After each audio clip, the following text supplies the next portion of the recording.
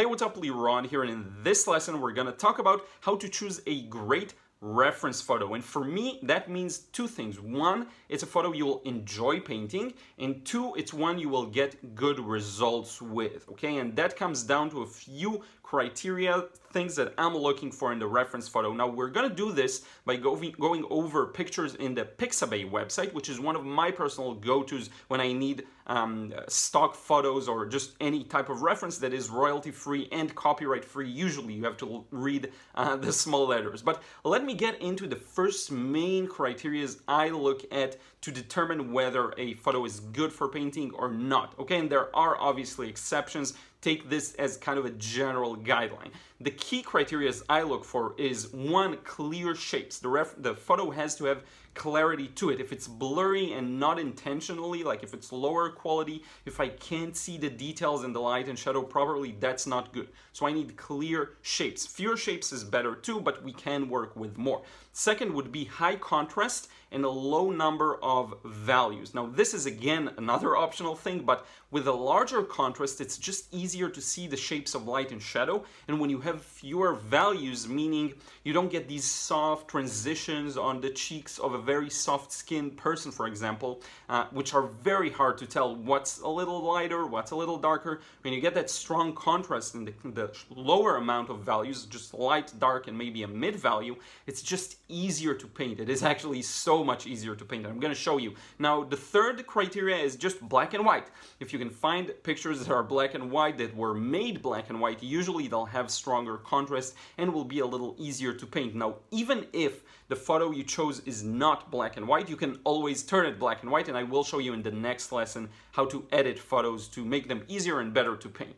So in any case, these are my criteria. Let's jump into looking at some photos. Okay, so let's go over some pictures and figure out what can work for us as a good reference photo. Now, I went over here to photos just to make sure it's photos, no illustrations or anything like that. And we can just start browsing. So if you look at this, and it's too bad it doesn't make it larger immediately. I'm just going to open up some photos. So here's one. This one I actually like. I do think there are clear shapes here. There's a lot of work that can be done with the background. I think it looks good. This would be a good one, like if you're intermediate, I would go for something like this. And obviously, again, if you like this kind of a reference photo, this is very much my kind of style and my favorite, cityscapes and so on.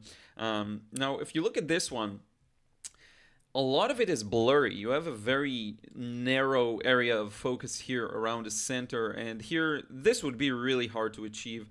The background is actually quite nice. This is something you could work with, but still very blurry. Not the thing I would necessarily go for. Now here's a good one. We just opened up the first couple of photos. Not a black and white one, but still, look at the clarity of the shapes here. It's so nice. You can tell the exact outline of the bird, and that's just a very good place to start, let's say. You can see the beak. There's good contrast. There is sharp contrast because you get a very dark next to a very light.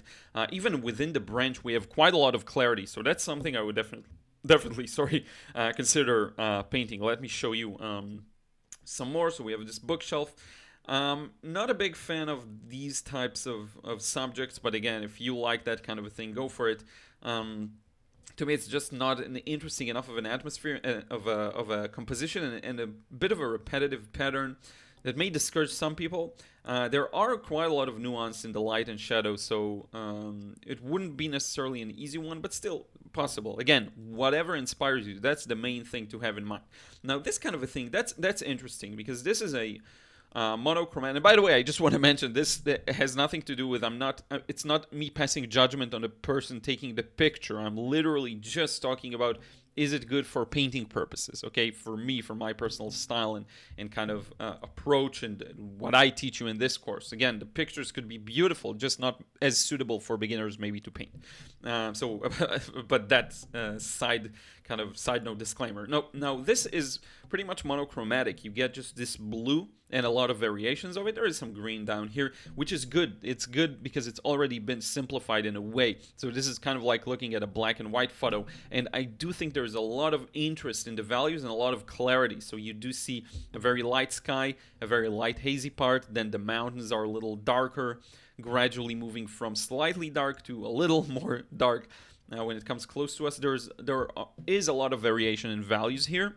You get a lot of in-betweens, a lot of subtle transitions, but still quite clear. This is something I could paint.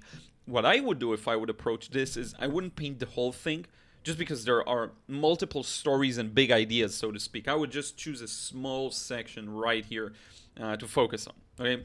I want to go through some more references quickly because I want to make sure that we look at enough. I don't want to spend too much time on anything, really. So let's just open up a few more and see if we can find anything interesting. Now, this is actually an interesting example. I want to show you this because this is something I would go for without hesitation, but there are some things I see here that I would definitely change. Now, the main thing for me here that requires improvement is the edges.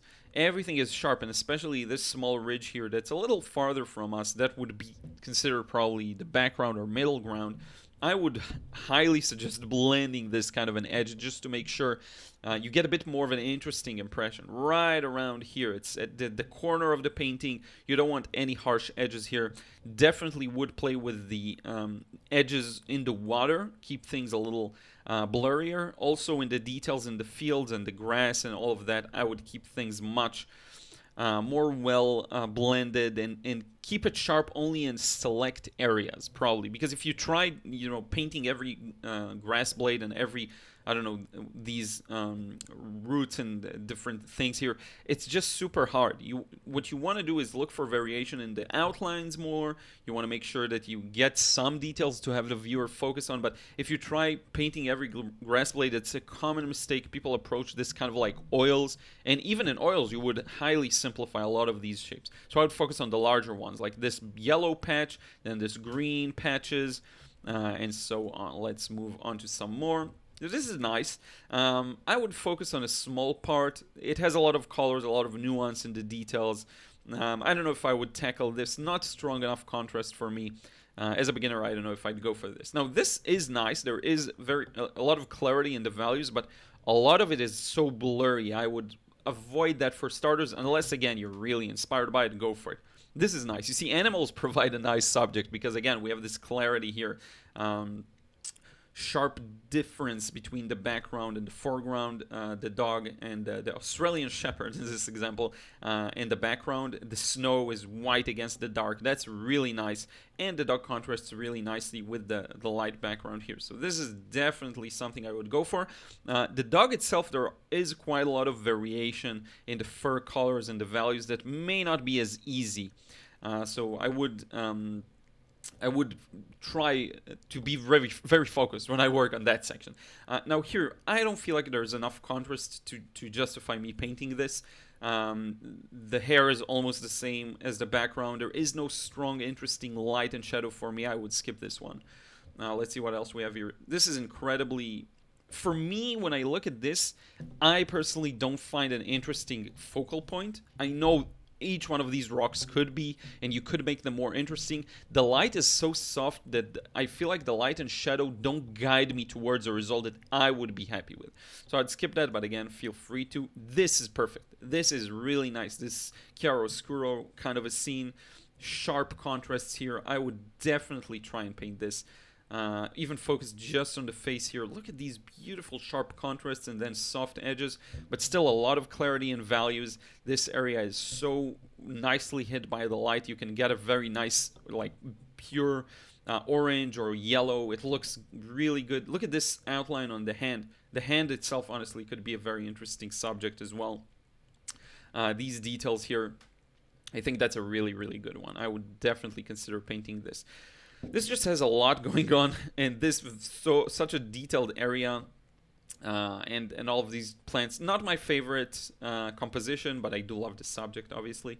Let's see if we can find something that looks good. I'm just gonna go discover more and just talk about them. This is perfect for beginners. It's just, two values essentially: the background that is light and the shadow of the person. Let me show you this more up close.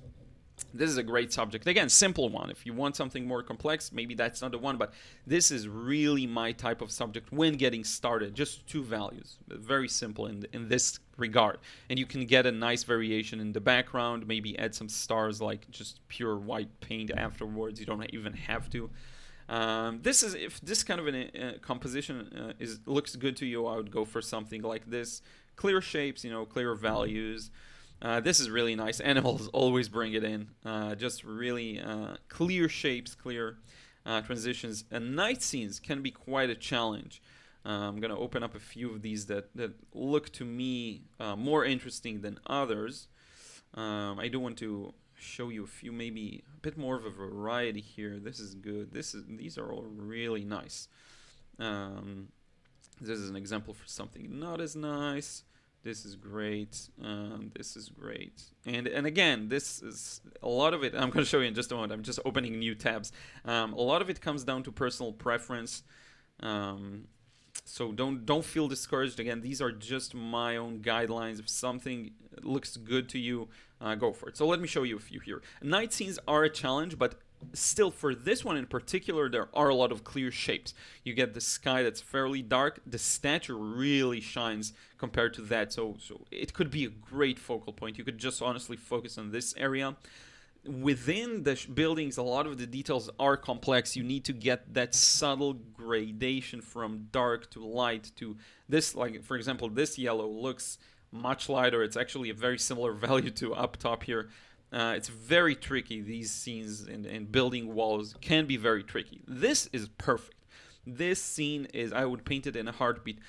Even though this kind of is blurry, still you can get the shape of the bird very accurately. Look at all these beautiful, strong lights on the water surface. Very clear, gradual. I'm going to keep this tab open because I may paint this later. This is my kind of reference, and also it's quite monochromatic. You know, almost black and white, but there is a touch of yellow there.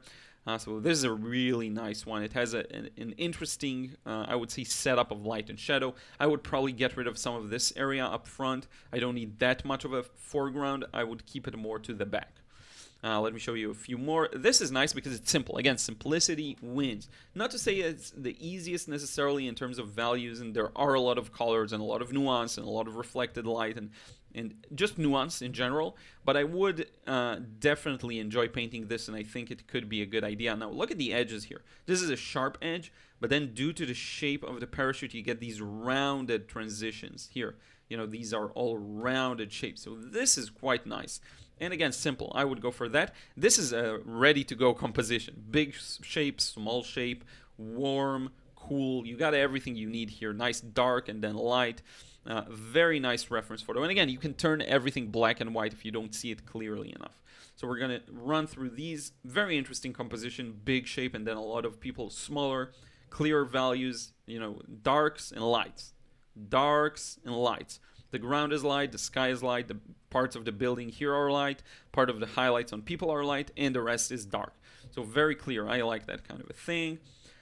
This, to me, too many shapes, not enough definition of light. If you'd cast a strong sunlight on this scene, you'll get clearer shapes, but you don't, so we don't have that, unfortunately. So not clear enough for me. I would avoid that. A lot of people make the mistake of painting these scenes getting started, and if you enjoy them, that's great. You're gonna have a lot of challenges discerning what's kind of light, what's a little darker, what's a little darker. Not something I would go for. Again, this is overcast. Overcast scenes are very problematic. I like this snowy scene here, for example. It's overcast, but still there is light and dark, and they're very clear. So yeah, I would pass on this one. This is great, very clear shapes. Portraits are hard, again, but very clear light and shadow shapes on the face. Highlights, very clear highlights. This is a good one. Here's another good one. Again, simple, 2 values, so almost 2. Well, obviously there's always a more in the middle, but very clear 2 values. Let's see some more. I like this one because, again, it's quite atmospheric. It's very much dominated by gold and green and yellow, so I would consider that. I would play around with the composition a bit, but look at this horse. Very nice highlight here, very nice clarity in the values, and I love the atmosphere, I love the foggy look of it, but still quite simple. Look at this fence here. It's just the shapes. You really don't have to start drawing it three-dimensionally because it's so much in the shadows, so that's a good one to go for. Here's one, for example, I like the variations from cool to warm, but I don't have a strong enough of a focal and interest point here, so I would skip that personally for me. I want to give you this view of what personally for me I find maybe a little boring.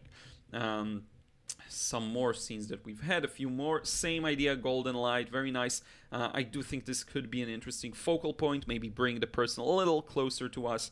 Very hazy, nice look here. If you focus on the values, silhouette even in the tags, if you focus on the shapes and the values, you can do a good job. These trees are misleadingly light. Like, our brain makes the mistake of thinking they're darker than they actually are because we know it's in reality as dark as this tree, but it's actually so light, and I love that. Let's see another one. This is nice. This is an interesting one. Clear shapes for sure. Not exactly my favorite types of colors, but that could be overcome, especially if I would turn this black and white. I love these shapes of shadows coming from the air-conditioned units outside the flats or whatever it is, the apartments. I would play around with the composition as well, but very clear shapes. So this is good in that regard. Clear shapes. You want clear shapes. This one I wanted to show you because it doesn't have a lot of detail, so it's already simple. It's a good thing to paint. And also look at the contrast in temperature. Very red leaves, at least in this light and shadow condition. These could actually be green, but because the light goes through them. Though I think these are like kind of a yellowy red in reality as well. And the sky is blue. This is really nice because you get this strong contrast between hot, cool, warm and cool, so that could work very well. And simple shapes. Again, simple shapes. That's the key. Look at the simplicity of these shapes.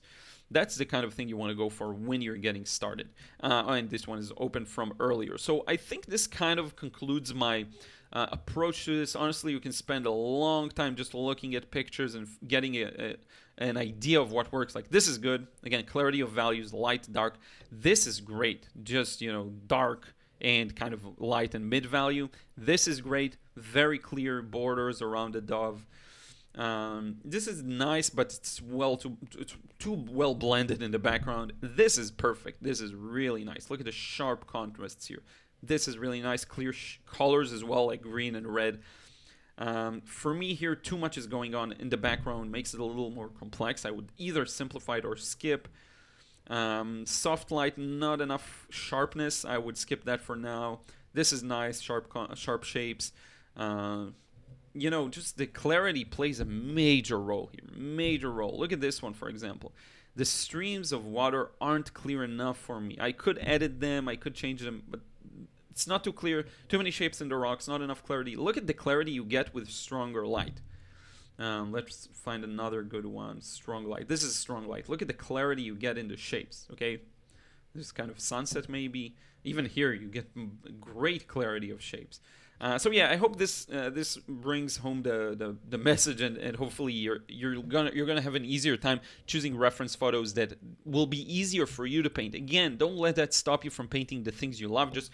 Just be aware of the fact that you may have more challenges with certain types of reference photos. So ultimately, I want to reiterate and emphasize the best reference photo is one that makes you want to paint or draw or whatever it is you're doing, okay? This is extremely important. Forget about everything I talked about up till now. If there is a certain subject, a specific subject you personally enjoy painting, probably when you see reference photos of that, you will have a much stronger urge to paint them. And that's the goal here, okay? So take everything I said with a grain of salt. It is a good rule of thumb or a guideline, but ultimately, the thing that makes you want to paint is the best reference photo for you. So thank you so much for tuning in to this lesson, and I will see you again in the next one.